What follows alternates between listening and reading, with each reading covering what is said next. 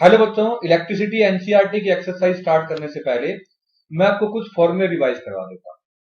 जैसे कि हमारे पास चार्ज या तो गिवन होगा या चार्ज का एक फॉर्मूला होता है n इंटू ई।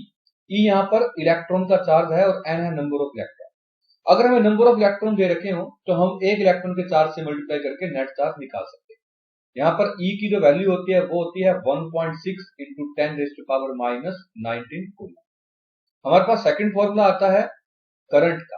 करंट होता है I is equal to Q by T. अगर चार्ज की वैल्यू गिवन ना हो तो हम क्यू को NE लिख देते हैं, तो फॉर्मूला बन जाता है NE बाई टी। सिमिलरली हमारे पास पोटेंशियल होता है work done to move a charge from infinity to given point. तो एक यूनिट चार्ज को मूव करने के जितना वर्क होता है उसको पोटेंशियल बोलते हैं। अगर यही वर्क डन इंफिनिटी से लेके किसी पॉइंट तक हो तो पोटेंशियल, अदरवाइज को बोलते हैं पोटेंशियल डिफरेंस। पोटेंशियल डिफरेंस को हम मेंशन करते हैं VB माइनस VA से। ये होता है W बाई K।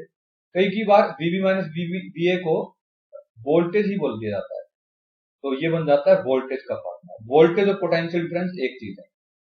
अब बच्चे इसमें कंफ्यूज होते हैं कि सर जो पोटेंशियल है उसका फॉर्मूला भी W बाई K हुआ है, वोल्टेज का भी सिंबल भी सेम। बच्चों एक्चुअली में चीज दोनों एक ही है। जो पोटेंशियल होता है वो किसी चार्ज को इन्फिनिटी से किसी पर्टिकुलर पॉइंट पर लाने का वर्क होता है, और जो पोटेंशियल डिफरेंस होता है या वोल्टेज होती है वो किसी भी दो पॉइंट के बीच में कितना वर्क किया वो होता है। नेक्स्ट हमारे पास आता है ओम्स लॉ। ओम्स लॉ के according V is equal to IR होता है, इसको V से व्यक्त कर सकते हैं। रेजिस्टेंस का फॉर्मूला बन जाएगा V बाय I। अगर हम देखें रेजिस्टेंस और रेजिस्टिविटी में क्या रिलेशन है तो R का फॉर्मूला एक और आता है, R is equal to rho L by A। हमारे पास जूल्स लॉ ऑफ हीटिंग के अकॉर्डिंग हीट का फॉर्मूला होता है H is equal to I square RT। इसी फॉर्मूले को हम रीअरेंज कर दे तो ये बन जाता है H is equal to VIT, और यही बन जाता है V स्क्वायर बाय RT। आप देखिए कैसे आया। अगर मैं यहां पर I स्क्वायर को I into R into T लिख देता तो I इंटू R क्या बन जाएगा ओम्स लॉ के अकॉर्डिंग, I इंटू R होता है V, ये बन जाएगा V। एक I ऑलरेडी है ही पड़ा और ये साथ में T भी है, तो VIT इसी फॉर्मूले से आया। सिमिलरली बच्चों अगर मैं इसी फॉर्मूले को R से मल्टीप्लाई और R से डिवाइड कर दूं, R से मल्टीप्लाई और R से डिवाइड, तो ये बन जाएगा I square R square T by R। I square R square बनता है V स्क्वायर, क्योंकि वोल्टेज के अकॉर्डिंग वोल्टेज होता है I इंटू R, तो ये बन जाएगा I स्क्वायर R स्क्वायर, यहाँ पे बन जाएगा V का स्क्वायर। वही मैंने यहाँ पुट कर दिया, तो हमारे पास कितना आ जाएगा इस फॉर्मूले पुट करने के बाद, हमारे पास आ जाएगा V स्क्वायर बाय RT। देखो यही फॉर्मूला मैंने यहाँ लिखा। अब आता है बच्चों पावर का फॉर्मूला। जो पावर होती है सबको पता है, पावर होता है वर्क डन अपॉन टाइम या फिर एनर्जी अपॉन टाइम भी बोलते हैं। हीट भी एक तरह की एनर्जी है, इसलिए पावर का फॉर्मूला हीट अपॉन टाइम भी होता है।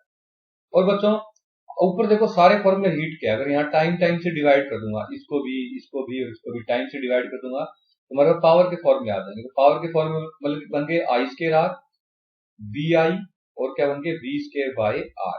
ये हमारे पास पावर के फॉर्मूले में। इसके बाद बच्चों आता है कंडक्टिविटी। कंडक्टिविटी होता है, इसका सिंबल होता है ये सिग्मा, इस सिंबल को बोलते हैं सिग्मा। ये होता है रेजिस्टिविटी का रेसिप्रोकल। और एक होता है कंडक्टेंस, ये होता है रेजिस्टेंस का रेसिप्रोकल।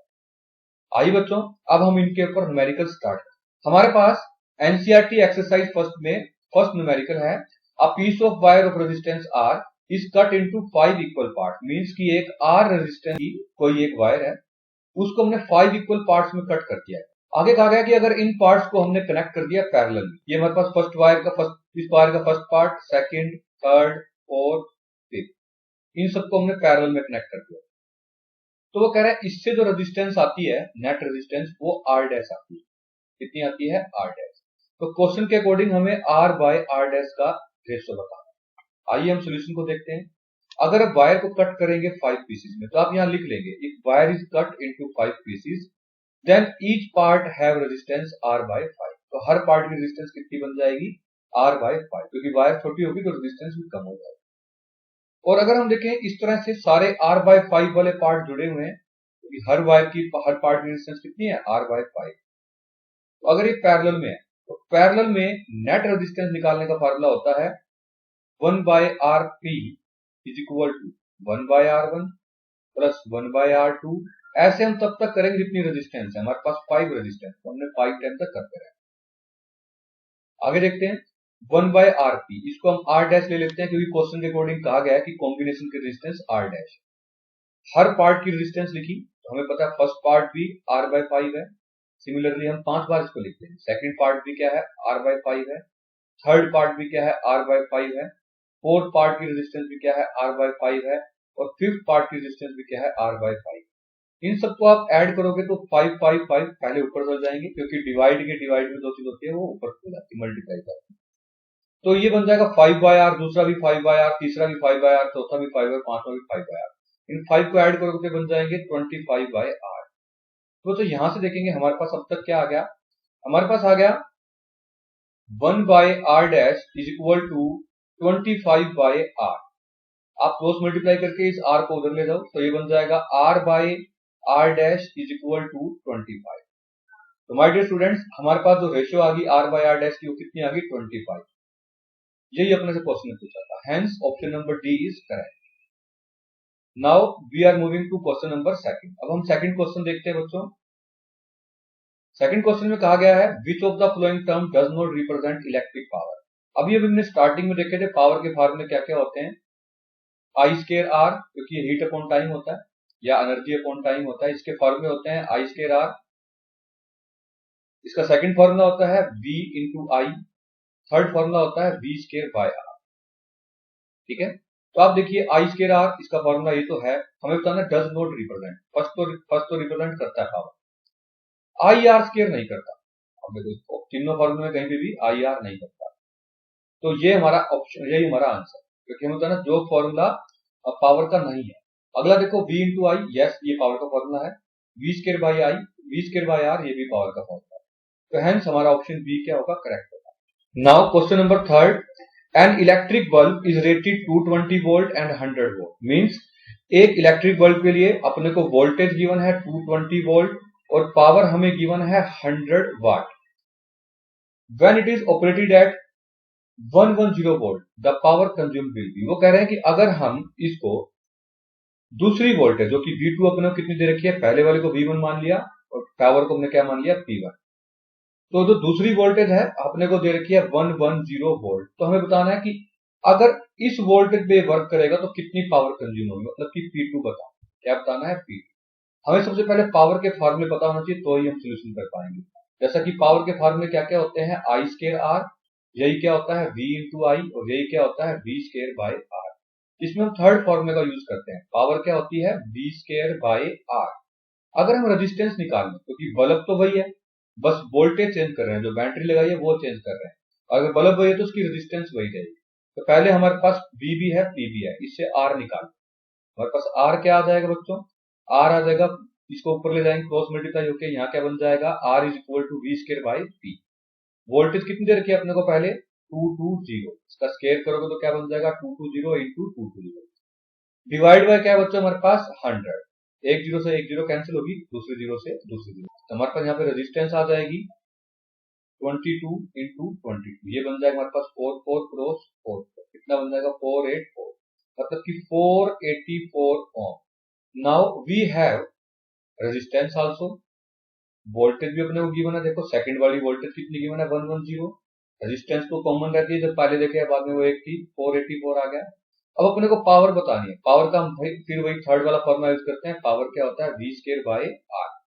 तो हमने यहाँ पर V का स्केयर किया, मतलब 110 इंटू में क्या आ गया 110, डिवाइड में हम क्या कर देंगे 484, इसको हम सोल्व कर लेंगे तो पावर हमारे पास आ जाएगी बच्चों 25 वोल्ट, जो कि हमारा ऑप्शन नंबर डी है, hence option D is correct. Question number fourth में हमें कहा गया है कि टू कंडक्टिंग वायर्स हैं जिनका सेम मटेरियल है, इक्वल लेंथ है, इक्वल डायमीटर है, मतलब कि दोनों की रेजिस्टेंस सेम, क्योंकि बच्चों आपने पता है सेम मटेरियल है तो resistivity same, length same, area same, तो अगर तीनों चीजें सेम है तो हम कहेंगे रेजिस्टेंस क्या है दोनों वायर की सेम, तो हम दोनों वायर की रेजिस्टेंस को R लेट कर लेते हैं।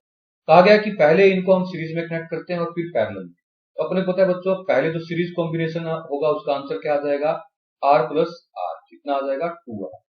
ऐसे ही जब हम पैरेलल में करेंगे कनेक्ट तो नेट कॉम्बिनेशन का आंसर क्या आ जाएगा 1/R प्लस 1/R, जो कि होगा 2/R। फर्दर सोल्व करेंगे तो पैरेलल में हमारे पास क्या आ जाएगा, r/2। तो हमें इतना क्वेश्चन के अकॉर्डिंग हमने पहले सोल्व कर लिया। वो कह रहे हैं अगर सेम पोटेंशियल डिफरेंस के अक्रॉस लगाया गया है तो हमें रेशियो ऑफ हीट प्रोड्यूस बतानी है। फर्स्ट जब ये सीरीज में था और फिर ये पैरेलल में था, मतलब कि सीरीज में और पैरेलल में जो हीट प्रोड्यूस होती है उसकी रेशियो बतानी।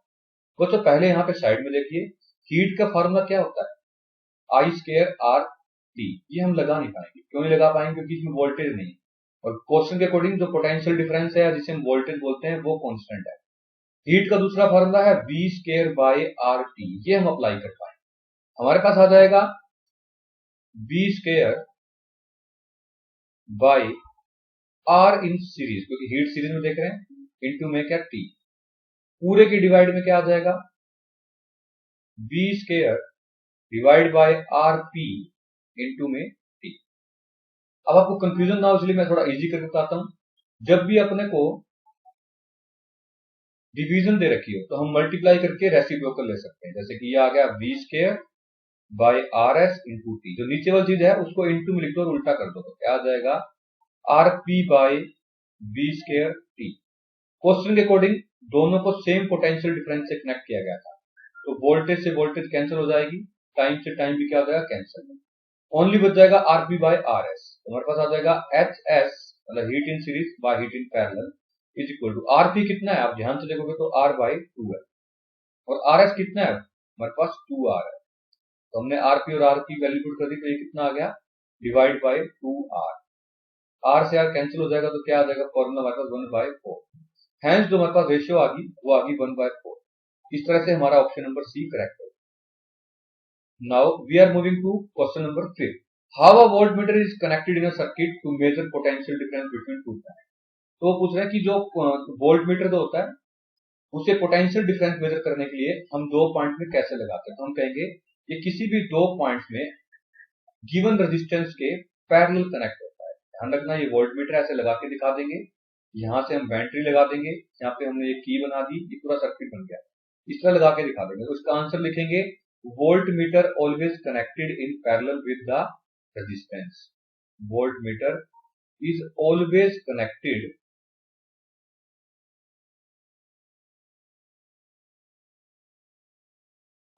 in parallel with resistance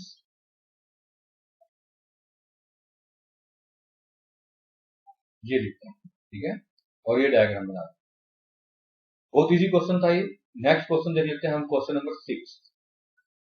question number 6 में हमें कहा गया है कॉपर वायर का डायमीटर 0.5 mm, रेजिस्टिविटी 1.6 इंटू 10⁻⁸ ओम मीटर। मैं सब कुछ पहले लिख लेता हूँ। डायमीटर हमारे पास है 0.5 mm, mm से हम मीटर में जाएंगे तो आ जाएगा 0.5 इंटू 10⁻³ मीटर। फिर हमें गिवन है रेजिस्टिविटी, बोले तो रो कितना गिवन है 1.6 इंटू 10⁻⁸ ओम मीटर।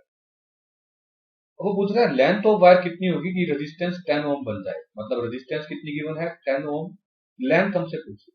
सिंपल सा बच्चों इसके अंदर रेजिस्टेंस का फॉर्मूला लगेगा। रेजिस्टेंस का एक फॉर्मूला होता है R is equal to rho L by A। Area ना हो तो हमें पता है हम लिख सकते हैं रो L बाय एरिया का फॉर्मूला क्या होता है पाई R²। तो पहले हम रेडियस निकाल लें, या फिर रेडियस और डायमीटर में रिलेशन होता है, एरिया जब भी निकालना हो तो हम रेडियस ना लिख के ये भी लिखते हैं rho L by pi D² by 4। क्यों, क्योंकि रेडियस जो है वो डायमीटर का हाफ होती है, स्केयर होने की वजह से नीचे क्या आ गया 4। अब आप देखिए हमारे पास जो फॉर्मूला बन के आ गया, लास्ट फॉर्मूला बन के आ गया, वो आ गया rho L upon pi D² by 4। 4 ऊपर चला जाएगा तो R हमने निकालना क्या है L। पहले तो ये आ गया रो L, 4 ऊपर आ गया, नीचे क्या आ गया पाई D²। इसको फर्दर सोल्व कर लो तो हमारे पास क्या आ जाएगा, L निकालना ना, तो L क्या आ जाएगा देखो, बाकी सब चीजों को हम क्रॉस मल्टीप्लाई कर देते हैं। रो भी इसके डिवाइड में ले आओ, पाई ऊपर ले आओ, ये D² को भी ऊपर उधर उस साइड ले जाओ, 4 को इधर नीचे ले आओ, तो हमारे पास क्या आ जाएगा L is equal to R by बताओ रो 4 पाई D²। अब अपना सारी वैल्यूज रखो, हम सारी वैल्यूज को पुट कर देंगे। रेजिस्टेंस 10 है, पाई की वैल्यू को 22/7 हम लिखते ही हैं, डायमीटर कितना है 0.5 इंटू 10⁻³ है। रो रेजिस्टिविटी कितनी है 1.6 इंटू 10⁻8 है, इंटू में 4 है। इन सबको हम सोल्व कर लेंगे। लेंथ हमारे पास आ जाएगी 122.7 metre. Now we are moving to question number 7। Question number 7 में हमें कहा गया है the value of current in the given resistance for corresponding value of potential difference, मतलब कि वोल्टेज और करंट में ये वैल्यूज का रिलेशन दिखा रखा है। तो हमें ग्राफ प्लॉट करना है और ये भी बताना है कि प्लॉट द ग्राफ के बाद calculate the resistance of the resistor. तो हम देखते हैं, पहले हमारे पास अलग अलग करंट है, पहले हम रेजिस्टेंस R1 निकाल लेते हैं। R1 हमारे पास कितना आ जाएगा, ओम्स लॉ के अकॉर्डिंग फॉर्मूला क्या होता है, V = IR के अकॉर्डिंग R का फॉर्मूला आ जाएगा V/I।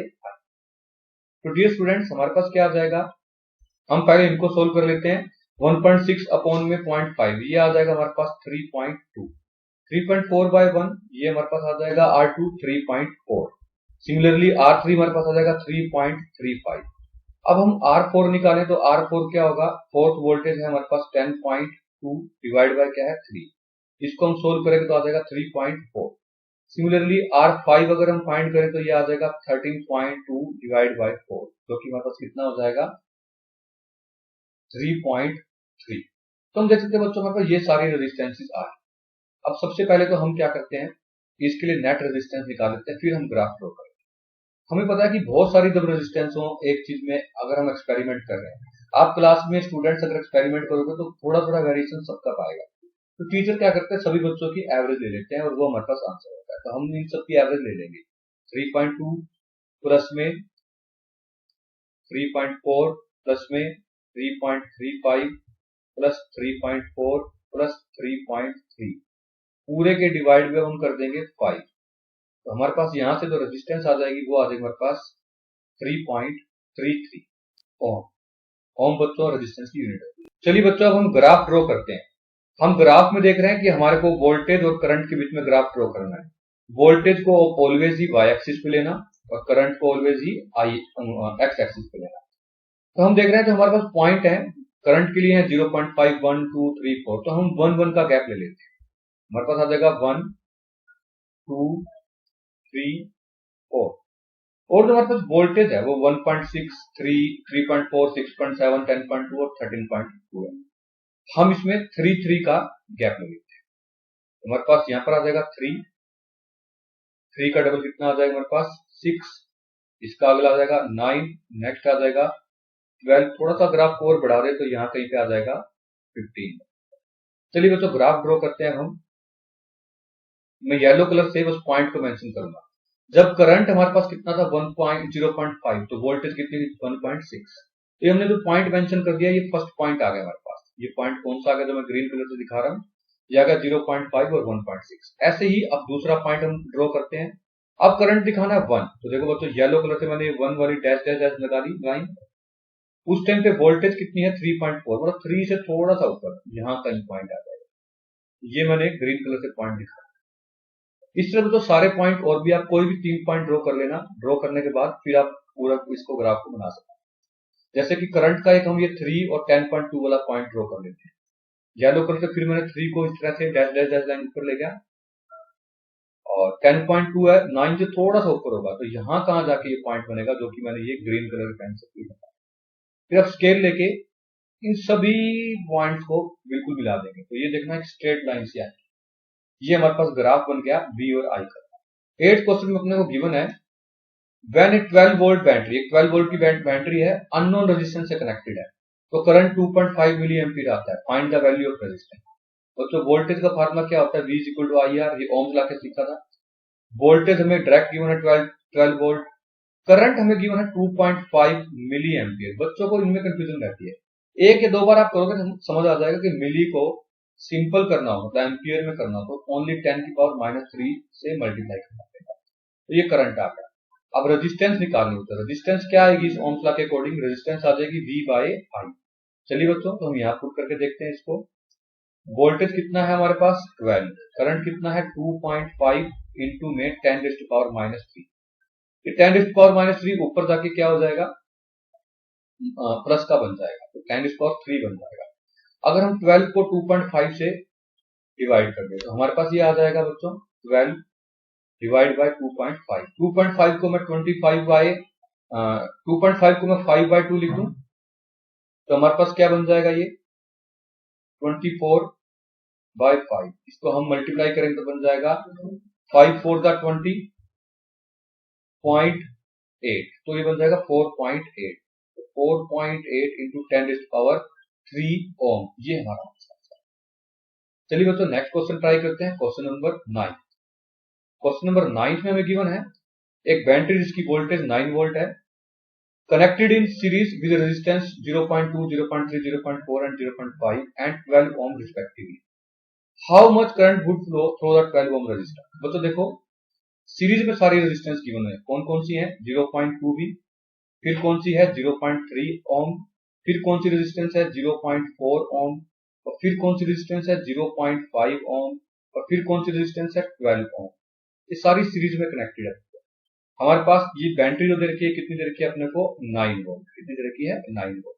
अगर हम सारी रेजिस्टेंसेस का नेट निकाल लें तो हमारे पास आर नेट कितना आ जाएगा, 0.2 प्लस 0.3 प्लस 0.4 प्लस 0.5 प्लस 12, तो ये हमारे पास आ जाएगा बच्चों 0.5 0.5, ये आ जाएगा 13.4। देखना अगर मैं गलत कर रहा हूं तो बता, ये आ जाएगा 13.4। तो हमारे पास सीरीज रेजिस्टेंस आ चुकी है, बैटरी की वोल्टेज की वैल्यू हमें को 9 वोल्ट दे रखी है, तो करंट बताना है बच्चों, क्योंकि सीरीज में करंट सेम चलता है बच्चों, तो हमारे पास करंट का फॉर्मूला है I is equal to V/R। ये कहां से आया, ये हमारे पास आया ओम्स लॉ से, V is equal to IR, तो हमारे पास I क्या आ गया V/R। चलिए तो हमने I is equal to V/R करना है, V 9 था, डिवाइड में क्या कर दिया 13.4। इसको आप सोल्व करोगे तो हमारे पास आंसर आ जाएगा 0.67 एम्पियर। यही अपना आंसर होगा, यही करंट सब में जाएगा, सभी रेजिस्टेंस। चलिए अब हम नेक्स्ट क्वेश्चन देखते हैं। क्वेश्चन नंबर 10 में क्या रखा है, how many 176 ohm resistors are required to carry 5 ampere and 220 volt lines. वो कह रहे हैं कि ना हमारे पास कुछ रेजिस्टेंसेस पड़ी हैं जो कि 176 ओम की, इनका कॉम्बिनेशन क्या बनाए, कितनी रेजिस्टेंस को हम पैरेलल में कनेक्ट करें, पैरेलल में कितनी रेजिस्टेंस को कनेक्ट करें, 1 को, 2 को, 3 को, 4 को, कितनी रेजिस्टेंस कनेक्ट करें कि हम 220 वोल्ट वाली लाइन से 5 एम्पियर करंट को ऑब्टेन कर पाए। तो पहले हम देख लेते हैं कि 220 वोल्ट मतलब वोल्टेज हमारे पास है 220 वोल्ट, करंट हमारे पास है 5 एम्पियर। हम देखते हैं कि हमें रेजिस्टेंस कितनी चाहिए, रेजिस्टेंस कितनी आ जाएगी बच्चों, हमारे पास V/I करके निकाल लेंगे तो आ जाएगा 220 बाय में 5, तो ये हमारे पास आ जाएगा 5 4 दा 20, 5 4 दा 20, मतलब 44 ओम अपने को चाहिए। चलिए बच्चों अब हमें 176 रेजिस्टेंस गिवन है और जो नेट चाहिए वो भी है। हमें पता है पैरेलल का कॉम्बिनेशन का फार्मूला क्या होता है, 1/R1 is equal to 1/R plus 1/R, क्योंकि सभी सेम रेजिस्टेंस तो R1 R2 नहीं लिख रहा, प्लस 1/R ऐसे चलता रहेगा। इनको आप ऐड करोगे तो अपने पता है ऊपर कितना आ जाएगा, 1 1 1 1 ऐड करते कितना आ जाएगा, n नंबर आ जाएगा, डिवाइड में क्या आ जाएगा, नहीं समझा तो साइड में समझो। जैसे 1/R प्लस 1/R होता तो ये क्या बन जाता हमारे पास 2/R। सिमिलरली बच्चों 1/R plus 1/R plus 1/R तो क्या बन जाता है 3/R। अगर n टाइम है तो क्या बन जाएगा 1/R plus 1/R plus n/R बन जाएगा।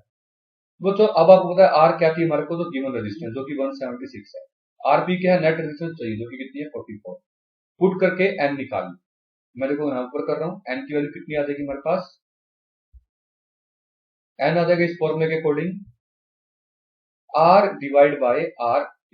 तो R अपने को कितना दे रखा है आप खुद देखिए 176, जो चाहिए वो कितना है 44। ठीक है बच्चों, इसको डिवाइड करेंगे तो हमारे पास नंबर आ जाएगा 4। हैंस 4 रेजिस्टेंस चाहिए। इस वीडियो में इतना ही करेंगे, नेक्स्ट क्वेश्चन हम कंटिन्यू सेकंड पार्ट में करेंगे। Thank you very much.